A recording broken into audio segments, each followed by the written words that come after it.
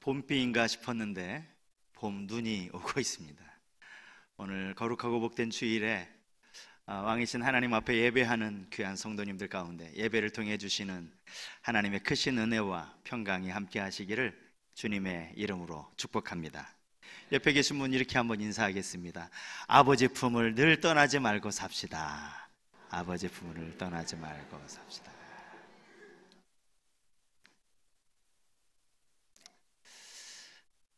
지난 몇 주간 우리가 잘 아는 것처럼 이 코로나19 이것으로 인해서 불안과 초조함의 시간들을 보냈습니다. 어제 뉴스에 닷새째 이제 추가 확진자가 없다라고 하는데 조금 전에 추가 확진자 한 사람이 또 발견이 됐다고. 한 5일째 없었는데 그래도 사실 중국의 상황을 보면 얼마나 또 감사한지 모릅니다. 사실 그동안은 아침에 굳이 뉴스를 이제 보거나 들을 필요가 없이 그렇게 교회에 나오곤 했었는데 요즘은 아침마다 이제 라디오를 통해서 뉴스를 듣습니다. 오늘은 확진자가 몇 명이나 늘었나, 또 중국의 상황은 좀 어떻게 되었나, 이런 것들이 이제 아마 다들 궁금해 하실 겁니다. 며칠 동안 확진자가 없었고 또 이제 확진이 되었다가도 병원에서 완쾌돼서 퇴원하시는 그런 분들을 보면서 참 얼마나 감사한 마음이 드는지 모릅니다. 가까운 이제 일본, 중국은 물론이거니와 여전히 이 코로나 바이러스로 인해서 참 두려워하고 있는데 지난 목요일이었습니다. 또 하나의 안타까운 뉴스를 접하게 되었습니다. 서울 목동의 한 아파트에서 일가족 4명이 사망하였다는 보도였습니다. 남편은 스스로 아파트에서 투신을 했고요. 아내와 2 자녀가 집에서 숨진 채로 발견이 된 겁니다. 참 안타까운 것은 2 자녀 중에 첫째 아들이 5살이고요. 둘째 딸이 1살이라고 합니다. 목동, 서울 목동이라고 하면 우리가 그냥 일반적으로 생각하기에 꽤 경제적으로 안정된 삶을 사는 그런 사람이라고 이렇게 생각이 되어지지 않습니까? 더군다나 신문을 보니까 이들 부부는 한의사였다라고 합니다. 김포의 한 한의원을 개원을 하고 운영을 했는데 아마도 운영 과정에서 좀 경제적인 어려움이 있었던 것 같습니다. 이 뉴스를 보면서 지금 온 나라가 이 코로나 확산을 어떻게든 막아보기 위해서 애를 쓰고 있고, 한 사람의 확진자가 나올 때마다 막 촉각을 곤두세우고 있는 바로 이 시점에서 나라 한쪽에서는 이런 노력과 애씀, 이게 무슨 소용이 있나 싶을 만큼 일가족 4명이 그냥 스스로 목숨을 끊는 일들이 일어나게 된 겁니다. 사실 이분들의 속사정을 우리가 알 수 없기 때문에 그것 가지고 우리가 뭐라고 단정지어 말하는 건 정말 조심스러운 일이죠. 하지만 분명한 것은 통계적으로 볼 때 2018년 이후로부터 다시 이런 비극적인 일들이 늘어나고 있는 추세라고 합니다. 반지하, 어둡고 냄새나는 방에서 며칠 동안 밥도 못 먹고 그렇게 굶어서 또 치료받지 못해서 죽는 일들, 여러분 우리 기억에도 이미 가물가물할 정도로 벌써 오래전 일이 되어지지 않았습니까? 남들이 보기에는 뭐가 부족할 것이 있나 싶은 그런 사람들임에도 불구하고 가정 불화라든지 부부간의 갈등이라든지 감당할 수 없는 부채로 인해서 이렇게 스스로 목숨을 끊는 일들이 일어나고 있다라는 것입니다. 성경은 우리가 어떻게 예수님을 믿고 어떻게 구원을 받을 수 있는지에 대해서 가르치는 책입니다. 하지만 그와 동시에 그렇게 믿음을 가진 자가 이 땅에서 어떻게 살아가야 하는지 그것을 가르치는 책이기도 합니다. 하나님을 알지 못하고 구원이 무엇인지도 알지 못한 채 그저 이 땅에서의 사는 삶이 전부인 줄 알고 그렇게 살아가다가 예수 그리스도를 만나고 구원이 무엇인지를 깨닫게 되고 영생이 무엇인지를 알게 되고 그동안 갖지 못했던 새로운 소망을 가지고 살아가는 것, 여러분 이것은 우리의 인생에 얼마나 놀라운 변화입니까? 하지만 그와 동시에 이제는 예수 그리스도를 믿는 자로서 어떻게 살아갈 것인가 하는 것도 너무나 중요하다는 사실입니다.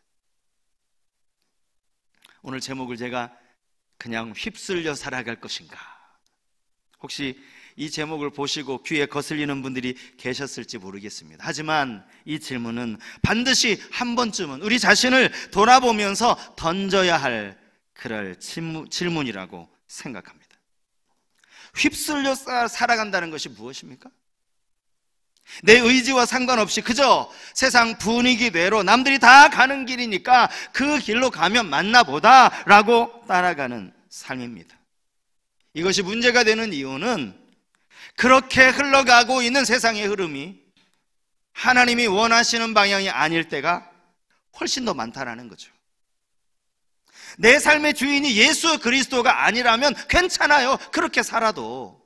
하지만 그리스도인이라 이름 불리는 것을 당연하게 생각하고 정말 그리스도인이 되기를 원한다면 우리는 한번 우리 삶을 돌아볼 수 있어야 한다는 겁니다.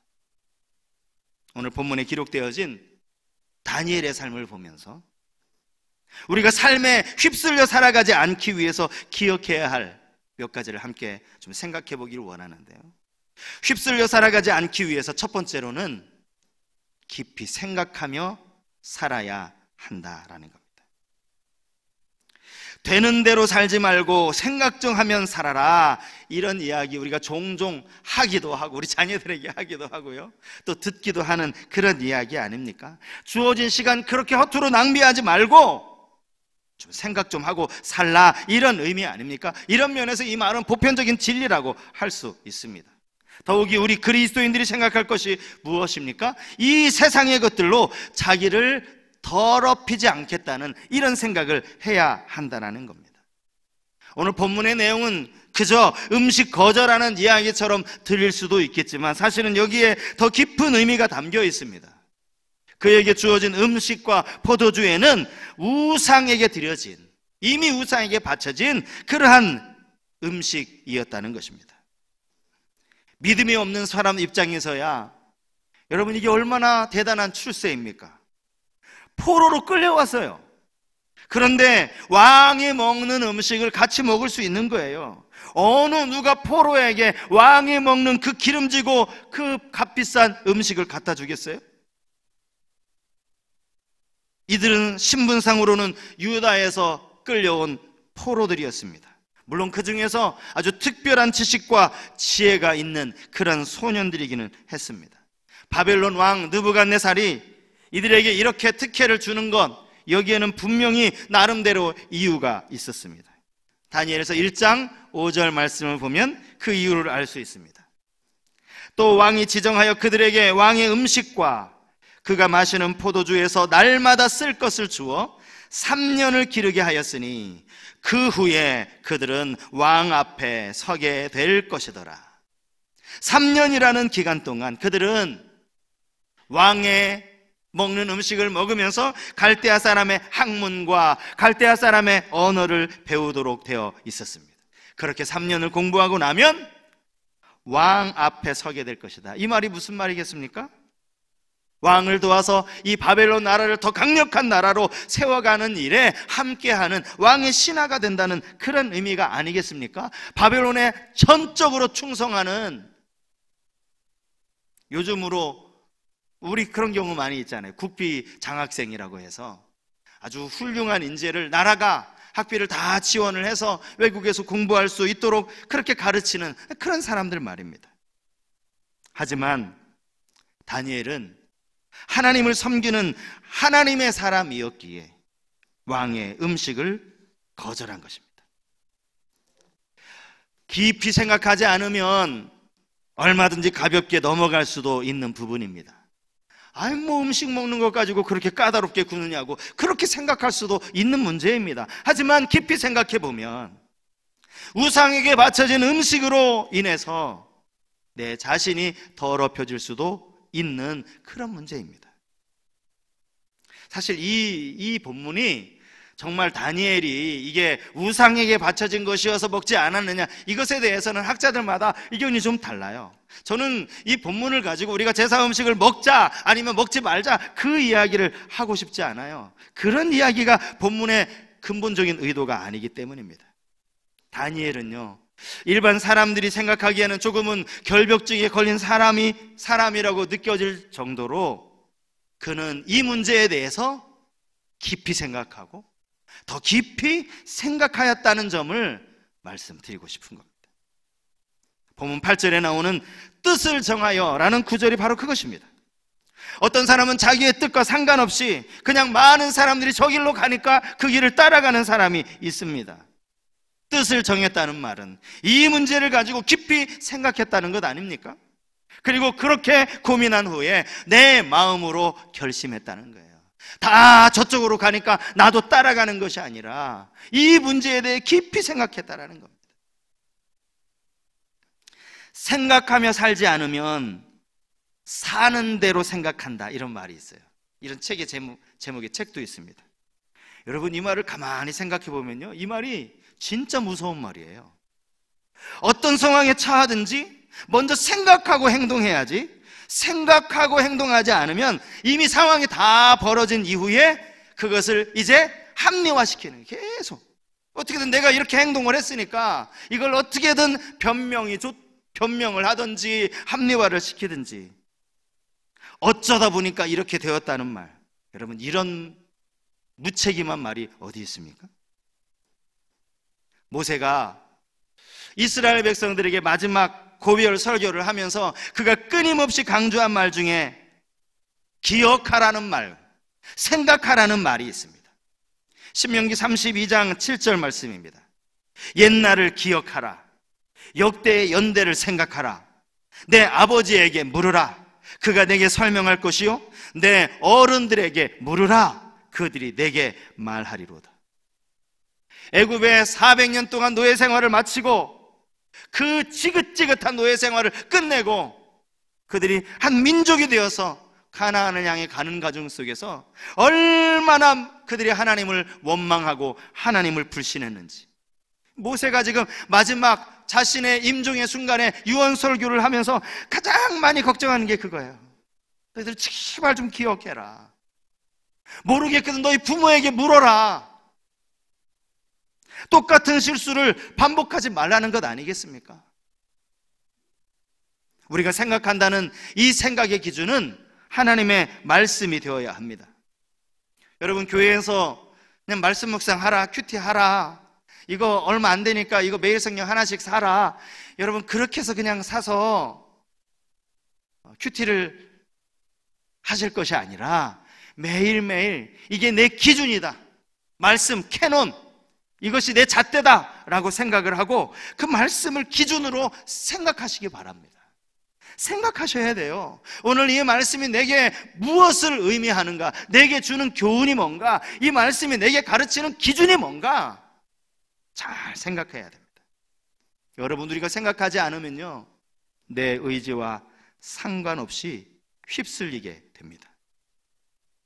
우리 믿음 생활을 한번 점검해 보시기 바랍니다. 말씀의 기준이 흔들리고 있지는 않은지, 나는 정말 깊이 말씀을 통해서 내 삶을 깊이 생각하고 있는지 말입니다. 휩쓸려 살아가지 않으려면 두 번째로는 하나님을 두려워하는 삶을 살라라는 겁니다. 하나님을 두려워하는 삶. 사실 본문의 말씀 속에서 다니엘이 나는 채식을 하겠다라고 말했을 때 가장 속이 탔을 사람은 바로 환관장입니다. 환관장. 여기 나오는 이 환관장이라는 말은 왕을 섬기는 궁중, 이 왕궁의 대신 신하 중에 한 사람을 의미하는 것 아니겠습니까? 그는 특별히 왕으로부터 이 막중한 직무를 부여받았습니다. 앞으로 이 바벨론 제국에 아주 유능한 인재들이 될 사람들이니 네가 잘 먹이고 잘 가르치고 잘 재우고 네가 책임져라, 이 임무를 부여받은 거예요. 그러니 이들 가운데 어느 누가 뭔가 문제가 있으면 이 모든 책임이 이 환관장에게 돌아가는 것 아닙니까? 이 환관장이 지금 두려워하고 있어요. 여러분 본문 10절 말씀을 한번 보시겠습니까? 우리 10절 말씀이 긴데요, 환관장의 말입니다. 우리 같이 한번 읽었으면 좋겠습니다. 10절 같이 읽겠습니다. 환관장이 다니엘에게 이르되 내가 내 조왕을 두려워하노라. 그가 너희 먹을 것과 너희 마실 것을 지정하셨거늘 너희의 얼굴이 초췌하여 같은 또래의 소년들만 못한 것을 그가 보게 할 것이 무엇이냐. 그렇게 되면 너희 때문에 내 머리가 왕 앞에서 위태롭게 되리라 하니라. 이 환관장의 심정이 여러분 이해가 되십니까? 잘 먹이고 잘 가르치라고 했는데 어느 순간 와서 보니까 삐쩍 말라 있는 거예요. 이것을 보고 왕이 자기에게 책임을 물으면 내 머리가 위태롭게 될 것이다, 이런 이야기를 하고 있는 겁니다. 음식 대신, 왕이 먹는 그 기름지고 좋은 음식 대신에 채소를 먹으면서 얼굴이 초췌해진다면 환관장이 그 책임을 면할 수 없다라는 거죠. 여러분 가만히 생각해 보면 환관장은요, 왕이 신임을 받는 신하입니다. 어떻게 이렇게 유능한 인재를 맡아서 관리하는 역할을 그에게 맡겼겠습니까? 그럼에도 불구하고 그는 왕을 두려워하고 있어요. 내 주 왕을 두려워하노라. 그가 그렇게 말하지 않습니까? 사실요, 왕을 두려워해야 할 사람은 포로로 끌려온 다니엘입니다. 포로인 주제에 한 나라, 이 바벨론 대제국의 왕이 먹으라고 하면 먹고 공부하라고 하면 공부하는 것이지. 그런데 그는 정작 왕을 두려워하지 않고 있다는 겁니다. 환관장 입장에서 보면 이렇게 말하면 돼요.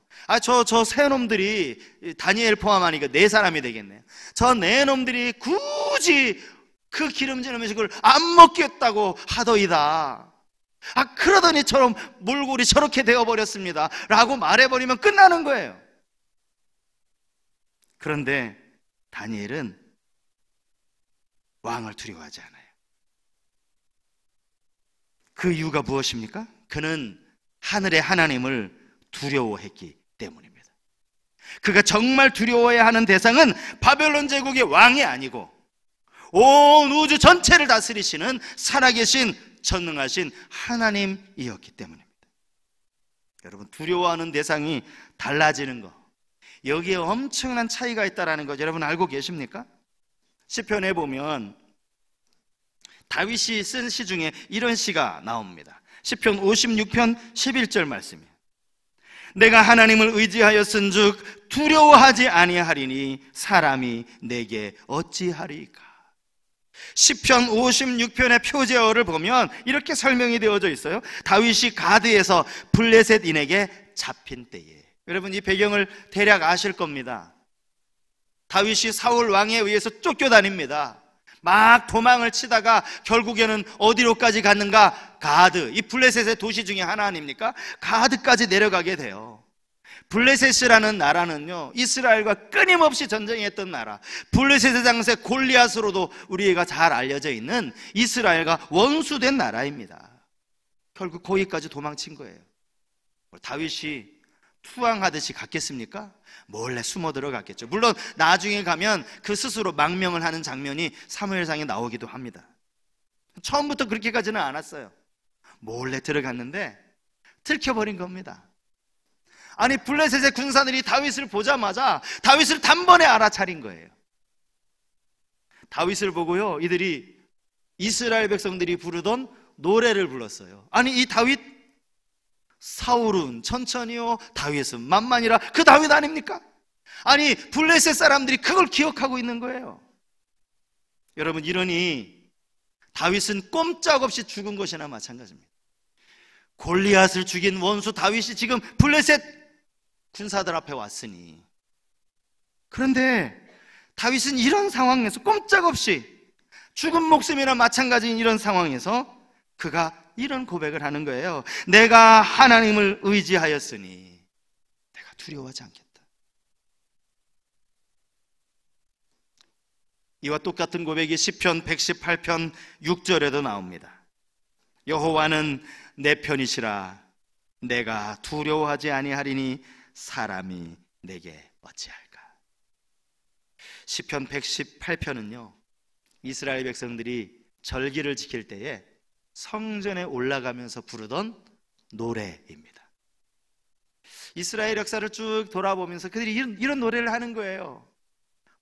많은 이 이민족들로부터 고난도 있었고 전쟁에서 패해서 아픔도 겪었고 참 많은 쓰라린 기억들이 있지만 그들이 절기를 지킬 때마다 뭐를 노래하는 거예요?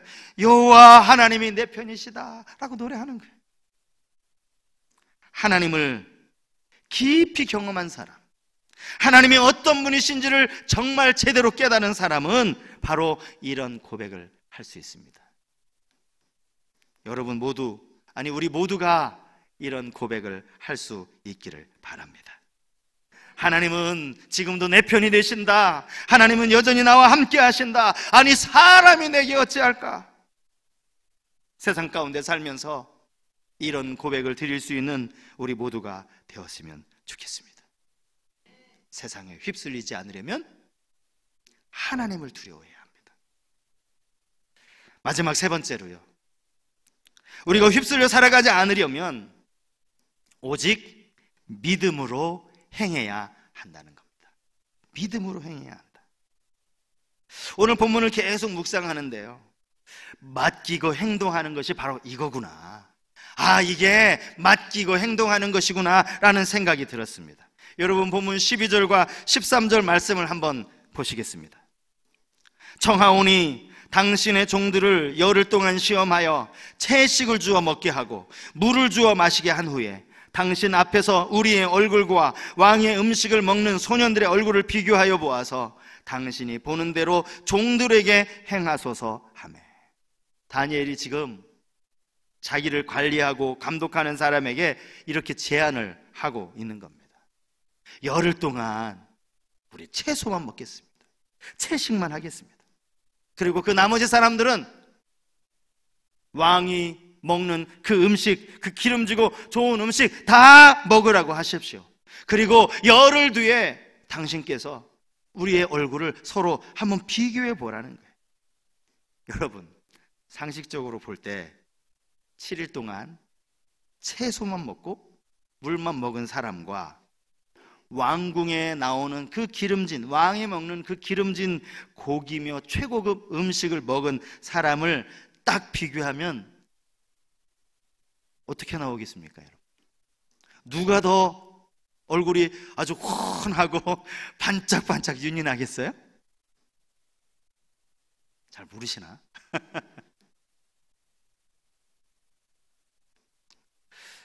요즘이야 건강의 기준이 사실은 달라졌어요. 그죠? 요즘은 옛날에는 이렇게 배가 이만큼 나오면 인격이라고, 참 건강하다고, 잘 사는 집이라고 이랬는데 요즘은 그렇지 않더라고요. 얼굴이 좀 갸름하고요, 턱선이 좀 보여야, 제가 이 턱선이 지금 사라져가지고 그래야 요즘 건강관리 잘하고 아주 보기 좋다라고 그렇게 이야기를 하고 있지 않습니까? 하지만 이 당시는 그렇지 않았다는 거예요. 황관장도 앞에서 뭐라고 이야기합니까? 너희 채소만 열흘 동안 먹으면 너희 얼굴이 어떻게 될 거다? 초췌해질 거다. 삐쩍 말라가지고 그냥 볼이 쏙 들어가고 초췌해질 것이다. 그렇게 이야기하지 않았습니까?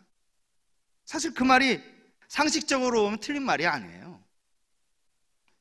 근데 가만히 오늘 본문을 보면 다니엘이요, 이런 제안을 한 것이 하나님께서 지혜를 주셔서 하나님이 다니엘에게 이렇게 한번 제안을 하라 해서 한 것이 아니더라는 거죠. 다니엘 자신이 그냥 믿음 안에서 그 자기의 믿음으로 선포한 겁니다. 다니엘에게 이런 분명한 확신이 있었기 때문에 이 일을 그냥 입술로 선포한 거예요. 저는 한편으로 이렇게 생각해 봤습니다. 아마 이 선포를 한 이후에 열흘 동안 하나님이 저 풀만 먹는 다니엘의 세 친구 열심히 그 풀 먹고도 막 살이 통통해지도록 하나님이 진짜 많이 애쓰셨겠구나. 하나님이 하시는 일이거든요. 그 다음부터는. 여러분, 그들이 먹는 이 채소가 무슨 고단백질 그런 채소였겠습니까? 다니엘이요, 하나님과 상의도 하지 않고 그냥 믿음으로 선포했지만 하나님이 그의 믿음을 보신 것 아닐까요? 믿음으로 행동했을 때 결국 열흘이 지나서 정말 다니엘과 나머지 세 친구만 얼굴이 헬쓱해지고 막 병든 사람처럼 그렇게 되면 일이 그르치니까 다시 왕이 먹는 그 음식을 다니엘도 먹어야 하니까 하나님이 이렇게 역사하셨다라고 저는 그렇게 생각하는 거예요. 10일이 지나는데, 그리고 감독관이 보니까 성경에 뭐라고 나옵니까? 다니엘과 그 세 명의 친구들이 얼굴이 더 좋아 보였다라고 성경이 그렇게 말하고 있어요. 이게 어떻게 된 겁니까? 하나님이 그렇게 역사했다라는 거예요. 저는 다니엘의 믿음이 여기에 있다라고 생각합니다. 다니엘의 믿음은 나를 먹이시는 분은 저 바벨론의 왕 느부갓네살이 아니고 나를 먹이시는 분은 오직 전능하신 여호와 하나님이시다. 내가 비록 풀떼기 열흘 동안 먹어도 이 채식을 하고도 나를 건강하게 내 체력을 지켜주실 분이 하나님이시다. 이 믿음이 있었던 건 아닙니까? 여호수아의 그늘에 가려진 사람, 그래서 우리는 그를 이인자라고 부르는 갈렙이라는 인물을 여러분 잘 알고 계실 겁니다. 근데 갈렙의 일생을 쭉 보면요, 그가 나이가 85세가 되었음에도 불구하고 그가 믿음으로 도전하는 그 장면이 나와요. 저는 그 장면을 읽으면서 이 사람이 어떻게 이인자야? 여호수아보다 훨씬 더 낫구만, 그런 생각이 드는 거예요. 자, 여러분, 여호수아 14장 12절 말씀 우리 같이 한번 읽어볼까요? 여호수아 14장 12절 말씀 같이 읽겠습니다. 그날에 여호와께서 말씀하신 이 산지를 지금 내게 주소서. 당신도 그날에 들으셨거니와 그곳에는 아낙 사람이 있고 그 성읍들은 크고 견고할지라도 여호와께서 나와 함께 하시면 내가 여호와께서 말씀하신 대로 그들을 쫓아내리이다 하니. 지금 갈렙이 무모한 짓을 했다라고 성경이 말하고 있습니까? 당신 나이 85세야. 지금 그게 가능한 일이야? 그렇지 않아요. 여호와를 믿는 믿음으로 도전한 것입니다. 도전하고 나니까 하나님이 그 땅을 주시더라는 거예요. 어떻게 이인자입니까, 갈렙이? 이 모습만 보면 말이죠. 현대라고 하는 이 굴지의 대기업을 이룬 고 정주영 회장님이 하셨던 이야기 중에 유명한 말을 여러분 다 알고 계실 겁니까? 회복이나 했어? 이 말이요.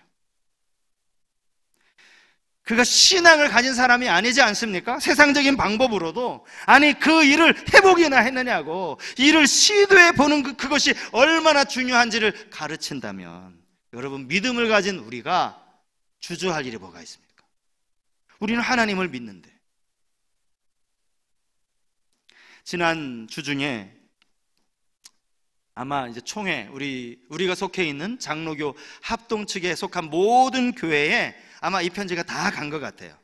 총회장님이 보낸 담화문 형식의 편지였습니다. 그 편지는 뭐냐 하면 이 신종 코로나 이 바이러스에 대해서 우리가 지혜롭게 또 담대하게 대응하자는 그런 의미의 편지였습니다. 예배 시간에 마스크를 착용하고 또 가급적이면 신체를 접촉하는 일보다는 눈으로 인사하고 이렇게 최소화하는 것이 이게 지혜로운 대응이라고 그렇게 말하는가 하면 담대한 대응도 필요하다는 거예요. 담대한 대응. 담대한 대응이 뭡니까? 우리 안에 두려움이 너무 많다는 거죠. 이 일을 신앙 안에서 잘 대처하는 것도 중요하다는 겁니다. 특별히 열이 있다든지 또 몸이 이상하다든지 그런 분들은 당연히 교회를 못 나오실 수 있습니다. 하지만 그렇지 않고서는 우리가 예배를 지키는 일에 마음을 써달라는 그런 취지의 글이었어요. 우리가 하나님을 믿는 사람으로 내가 지금 당장 아파서 그렇다면 모를까, 이렇게 위축돼서 되겠느냐. 여러분, 요즘 이 거짓 뉴스가 얼마나 횡행합니까?